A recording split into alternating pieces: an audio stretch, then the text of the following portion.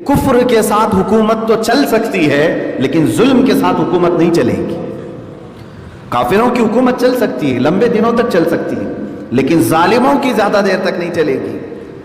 یہ بات سمجھ کر کے چلیں آپ. ظلم بہت لمبی عمر نہیں پاتا. اور تاریخ کے جھروکوں میں آپ دیکھ لیں، بڑے بڑے ظالم آئے اس دنیا میں جنہوں نے انسانی خون سے دریاؤں کو لال کر دیا، زمینوں کو اتنا سرخ کر دیا تھا کہ گھوڑے کے ٹاپ اس میں بھیگنے لگ گئے. یہ سارے ظلم کی داستانیں رقم کرنے والے بڑے بڑے ظالم آئے دنیا میں، لیکن دنیا نے ان کا حشر بھی دیکھا، ان کا انجام بھی دیکھا، جو بہت ہی معمولی سی طاقت سے فنا ہو گئے. اور انشاءاللہ العزیز آج جو ظالم تخت پر بیٹھے ہیں، مولا انہیں بھی عبرت کا نشان ضرور بنائے گا. اگر اللہ نے ہماری زندگی باقی رکھی تو ہم ضرور دیکھیں گے ان کو ذلیل و رسوا ہوتے ہوئے انشاءاللہ. عزیزان گرامی، میں اسلام کا عدلیہ نظام پہلے پیش کر دوں، پھر میں آپ کے سامنے گفتگو کروں، کیونکہ قرآن سید الانبیاء صلی اللہ تعالیٰ علیہ وسلم سے مخاطب ہو کر کے فرما رہا ہے، اے رسول جب آپ لوگوں کے درمیان فیصلہ فرمائیں تو عدل کے ساتھ فرمائیں، عدل کے ساتھ فرمائیں. نبی کونین صلی اللہ تعالیٰ علیہ وسلم کی حیثیت آپ جانتے ہیں اسلامی عقائد کے اعتبار سے کہ آپ کی زبان سے جو نکل گیا وہی شریعت ہے. اللہ کے حبیب صلی اللہ تعالیٰ علیہ وسلم کو اختیار حاصل ہے اسلامی عقائد کی روشنی میں کہ آپ صلی اللہ تعالیٰ علیہ وسلم جس چیز کو چاہیں لوگوں کے لیے جائز فرما دیں اور جس چیز کو چاہیں ناجائز فرما دیں. لیکن انصاف کا تقاضا جب آئے تو اللہ تعالیٰ فرماتا ہے پھر عدل کے ساتھ آپ فیصلہ فرمائیں. حتیٰ کہ واقعات بھی اس بات کے شاہد ہیں کہ مدینہ طیبہ میں ایک مرتبہ ایک خاتون چوری میں پکڑی گئی. بنو مخزوم قبیلے کی ایک خاتون تھی، چوری میں پکڑی گئی، اور اسلام میں چوری کی سزا یہ ہے کہ ہاتھ کاٹ دیا جائے گا. اس کی تفصیلات ہیں، ایسا نہیں ہے کہ 5 روپے 10 روپے چوری کر لیا تو ہاتھ کاٹ دیا جائے گا. تفصیلات وہ فقہ کے ابواب میں آپ کو سمجھ میں آ جائیں گے، کتنی چوری کیا ہو، کتنی مرتبہ پکڑا گیا ہو، کتنے گواہ ہوں، بہت سارے معاملات ہیں، یہ قاضی طے کرے گا. لیکن سزا اسلامی ہے، ہاتھ کاٹ دیا جائیں گے. وہ پکڑ کر لائی گئی، لیکن وہ ایک معزز خاندان سے تعلق رکھتی تھی. ابھی اسلام میں وہ خاندان داخل ہوا تھا تو صحابہ کرام میں چیمی گوئیاں ہونے لگی کہ اگر ابھی اسے سزا دے دی جائے تو کہیں ایسا نہ ہو کہ یہ معزز اور اشراف کا قبیلہ بدگمان ہو جائے اور اسلام سے دور نہ ہو جائے. لہذا کچھ رعایت کرنی چاہیے اس خاتون کے ساتھ. اللہ کے حبیب صلی اللہ علیہ وسلم سے بات کرے تو کون کرے، اس معاملے میں آخر سفارش کرے تو کون کرے. سارے صحابہ کرام نے اتفاق رائے سے حضرت اسامہ بن زید کو مقرر کیا. یہ اسامہ بن زید رسول کریم صلی اللہ تعالیٰ علیہ وسلم کے منہ بولے بیٹے حضرت زید بن حارثہ کے صاحبزادے ہیں، اور حضور صلی اللہ علیہ وسلم کے گھر میں آنا جانا آپ کا کثرت سے ہوتا تھا، چھوٹی عمر کے تھے. اسامہ بن زید کو کہا گیا کہ آپ جائیں اللہ کے نبی سے بات کریں اس سلسلے میں کہ اس خاتون کے ساتھ کچھ رعایت کی جائے. اللہ کے نبی صلی اللہ تعالیٰ علیہ وسلم کے حجرے میں وہ داخل ہوئے. ماں عائشہ صدیقہ رضی اللہ تعالیٰ عنہا بھی اس حدیث کی راویہ ہیں. فرماتے ہیں کہ جب رسول کریم صلی اللہ علیہ وسلم کے پاس وہ آ کر کے بیان کرنے لگے کہ آقا جو عورت پکڑی گئی جس کا ہاتھ کاٹا جانے والا ہے وہ بنو مخزوم قبیلے کی ہے، بڑے خاندان کی عورت ہے، ابھی دائرہ اسلام میں داخل ہوئے ہیں، کچھ رعایت آپ فرما دیں. ظاہر سی بات ہے اگر اللہ کے رسول نے کہہ دیا معاف تو معاف ہے، کیونکہ شریعت ہے. اللہ کے رسول صلی اللہ تعالیٰ علیہ وسلم چاہتے تو فرما دیتے میری طرف سے اس کے لیے معاف ہے. اللہ کے رسول صلی اللہ علیہ وسلم نے حضرت اسامہ بن زید پر جلال کا اظہار کرتے ہوئے فرمایا، اے اسامہ کیا تو اللہ کے حدود میں سفارش کرنے آیا؟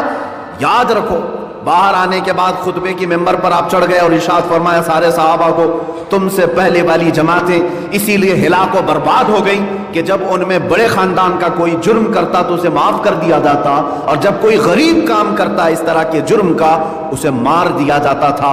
اے لوگوں میں تمہیں ڈراتا ہوں اللہ کے عذاب سے کہ انصاف کے تقاضے پورے کرو. آخر میں ایک تاریخی جملہ میرے آقا نے بیان فرمایا اسی ممبر پر کھڑے ہو کر، ارشاد فرماتے ہیں لو فاطمہ بنت محمد سرقت لقطعت یداہا او کما قال النبی صلی اللہ علیہ وسلم. سنو اے میرے صحابہ، اگر میری بیٹی فاطمہ سے بھی یہ کام ہو گیا ہوتا میں اس کے بھی ہاتھ کاٹ دیتا. بفرض محال ہم یہ سمجھتے ہیں، لیکن اللہ کے نبی صلی اللہ تعالیٰ علیہ وسلم نے یہ فرمایا تم ایک معزز خاندان کی عورت سمجھ کر کے اس کی سفارش کرنے آئے ہو. محمد صلی اللہ تعالیٰ علیہ وسلم کا خاندان تو پوری دنیا کی سب سے زیادہ عظمتیں لیا ہوا ہے. اگر اس رسول کی بیٹی سے اگر یہ ہو جائے، خود میرے آقا فرماتے ہیں میں ضرور اس کے ہاتھ کاٹوں گا. یہ انصاف کے تقاضے ہیں، یہ عدلیہ ہے میرے عزیزوں. بلکہ اسلام نے تو یہ نظام پیش کیا ہے کہ عدل کے لیے اپنے آپ کو بھی پیش کرو. عدل جب معاملات آ جائیں. آخری زمانہ میرے آقا صلی اللہ تعالیٰ علیہ وسلم کے رحلت ظاہری کا جب حضور اکرم صلی اللہ علیہ وسلم نے مسجد میں اعلان فرمایا کسی پر کوئی حق باقی ہے تو وہ مجھ سے طلب کر لے, کسی پر کوئی حق میرا باقی رہ گیا وہ تو طلب کر لے. ایک صحابی کھڑے ہو گئے, کہا میرا حق باقی ہے آپ پر. میں سارے صحابہ کی گردنیں اٹھ گئی, کون ہے جو رسول اللہ کے پاس اپنے حق کا مطالبہ کر رہا ہے, آخر ہوا کیا اس کے ساتھ.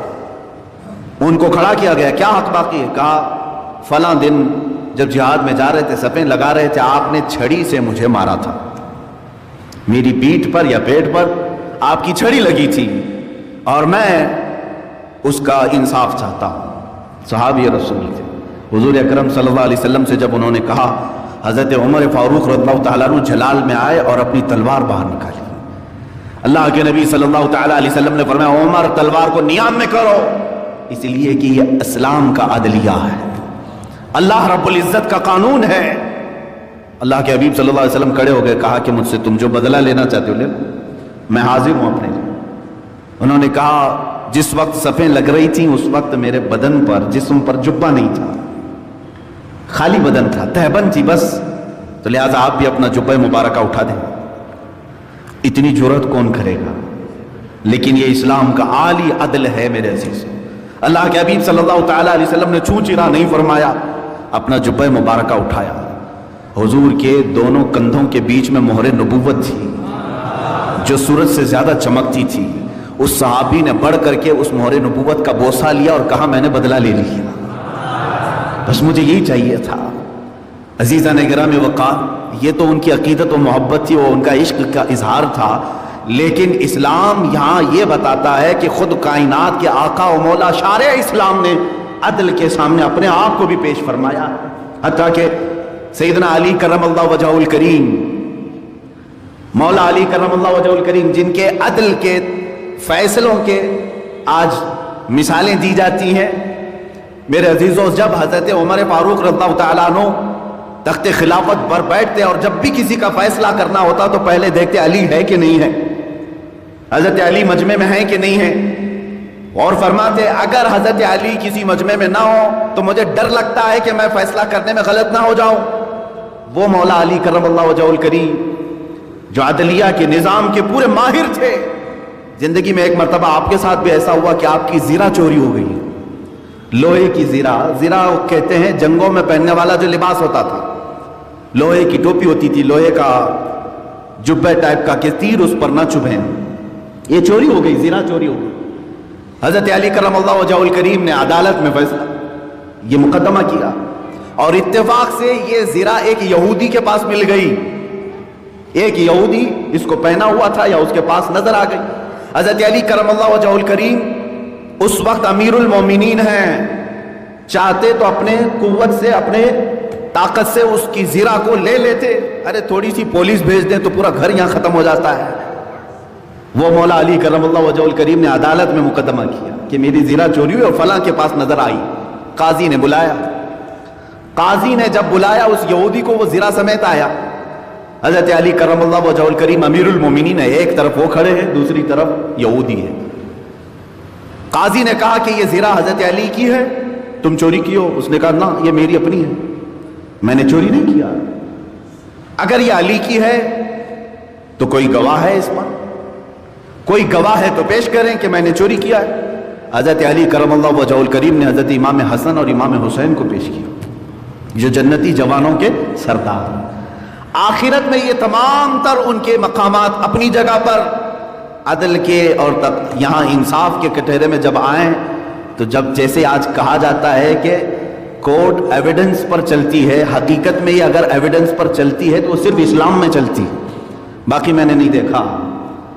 یہاں مولا علی کرم اللہ وجہہ الکریم نے اپنے دونوں صاحبزادوں کو پیش کیا کہ حسن بھی گواہ ہیں, حسین بھی گواہ ہیں. قاضی اسلام جو کرسی پر بیٹھا ہے کہا اے علی, اللہ کے نبی صلی اللہ تعالیٰ علیہ وسلم کی حدیث میں ملتا ہے کہ بیٹوں کی گواہی باپ کے حق میں قبول نہیں کی جاتی. یہ کون امیر المومنین سے کہہ سکتا ہے؟ کرسی عدالت پر بیٹھا ہوا قاضی جسے خلیفۃ المسلمین جب چاہے اٹھائے نکالے. لیکن اسلام ایسا نہیں ہے کہ کسی کو پارلیمنٹ کی کرسی دینے کے شوق میں اور لالچ میں سپریم کورٹ کے ججوں کو بھی خرید لیا جائے، یہ اسلام کا نظام نہیں ہے۔ حضرت علی رضی اللہ تعالیٰ عنہ چاہتے تو کہہ دیتے کہ تو فیصلہ میرے حق میں کر دینا، تجھے بعد میں کوئی وزارت دے دوں گا جب ریٹائرڈ ہو جائے گا۔ حضرت علی رضی اللہ تعالیٰ عنہ کہتے ہیں اب ان کے علاوہ میرے پاس کوئی دوسرا گواہ نہیں، یہی دو ہیں، حضرت حسن اور حضرت امام حسین رضی اللہ تعالیٰ، یہی دو گواہ، ان کے علاوہ نہیں ہے۔ قاضی نے مقدمہ خارج کر دیا اور کہا کہ آپ کی یہ زنا نہیں ہو سکتی، یہ یہودی کی ہوگی، ایویڈنس پر چل رہی ہے بات۔ وہ یہودی کے حق میں فیصلہ ہوا، وہ لے کر کے جانے لگا کہ قاضی اسلام نے امیر المومنین کو زنا دلانے کی بجائے ایک یہودی کے حق میں فیصلہ کر دیا کہ یہ زنا یہ ہے۔ میرے عزیزوں، مائنورٹی کے حقوق کیا ہوتے ہیں یہ بھی اسلام میں پڑھو۔ لیکن وہ یہودی عدالت کے کمرے سے باہر تک نہیں نکلا تھا کہ واپس آیا اور کہا قاضی اسلام سے کہ میں زنا یہ پیش کرتا ہوں لیکن ساتھ میں اپنے آپ کو اسلام میں پیش کرتا ہوں، میں مسلمان ہونا چاہتا ہوں۔ کہا کیوں؟ کہا حقیقت تو یہ ہے کہ یہ زنا علی کی ہی ہے، میں نے چوری کی تھی، لیکن میں یہ دیکھا کہ آج اسلام کا نظام اتنا مضبوط ہے کہ اگر وقت کے امیر المومنین کے پاس گواہ نہ ہو تب بھی عدالت پر بیٹھا ہوا قاضی سامنے والے کو نہیں دیکھتا بلکہ جس کے حق میں ثبوت ہے اسی کے حق میں فیصلہ کرتا ہے۔ میں نے اسلام کے اس عدل پر اپنی جان نچھاور کرنے کے لیے اسلام میں اپنے آپ کو پیش کیا ہے۔ عزیزان گرامی وقار، ایک دو نہیں، ہزاروں مثالیں میں تمہارے سامنے رکھوں، ہزاروں مثالیں۔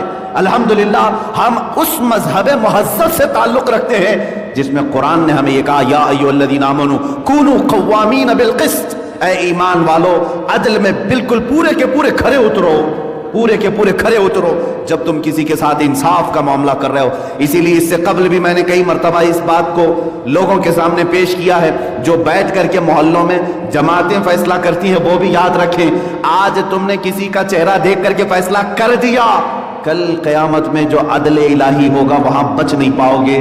قرآن کہتا ہے الیس اللہ باحکم الحاکمین، سورہ والتین والزیتون کی آخری آیت پڑھو، کیا اللہ احکم الحاکمین نہیں ہے؟ سارے حاکموں سے بڑھ کر کے وہ حاکم ہے۔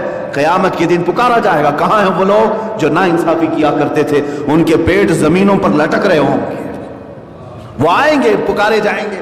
اور اکثر انصاف کی کرسی پر بیٹھنے والے جنہوں نے ظلم کیا ہوگا کسی کے ساتھ، وہ جہنم میں جھونکے جا رہے ہوں گے، دوزخ میں ڈالے جا رہے ہوں گے، اس لیے کہ کسی کے ساتھ انہوں نے حق مارا ہوگا یا کسی کے خلاف فیصلہ دیا ہوگا۔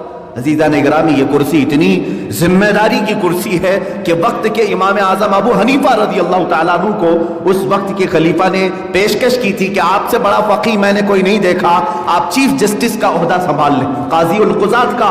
امام اعظم ابو حنیفہ نے فرمایا کہ میں اس لائق نہیں ہوں، میں قاضی بننے کے لائق نہیں ہوں۔ کون کہہ رہا ہے؟ امام اعظم ابو حنیفہ رضی اللہ تعالیٰ عنہ، جن کو 5 لاکھ حدیثیں یاد ہیں، ہزاروں سے زیادہ ان کے شاگرد ہیں، کروڑوں مسلمان ان کی اقتدا کر رہے ہیں آج تک۔ وہ امام اعظم ابو حنیفہ فرماتے میں اس کرسی کے قابل نہیں ہوں، قاضی بننے کے لائق ہوں۔ اب سنیے امام اعظم ابو حنیفہ رضی اللہ تعالیٰ عنہ کی حاضر جوابی۔ خلیفہ نے دربار میں حاضر کرنے کو کہا، آپ حاضر ہو گئے۔ خلیفہ نے کہا میں آپ کو قاضی بنانے کا حکم جاری کر رہا ہوں اور آپ کہہ رہے ہیں میں لائق نہیں ہوں، آپ جھوٹ بول رہے ہیں، آپ فقہ کے امام ہیں، قرآن و حدیث سے مسائل استنباط کرتے ہیں، آپ قاضی کے لائق نہیں، آپ جھوٹ بول رہے ہیں۔ امام اعظم ابو حنیفہ رضی اللہ تعالیٰ عنہ نے ادب سے کہا اے خلیفۃ المسلمین، اب آپ ہی فیصلہ کر لیں، آپ کی نظر میں اگر میں جھوٹ بول رہا ہوں تو جھوٹے کو قاضی کیسے بنا سکتے ہیں؟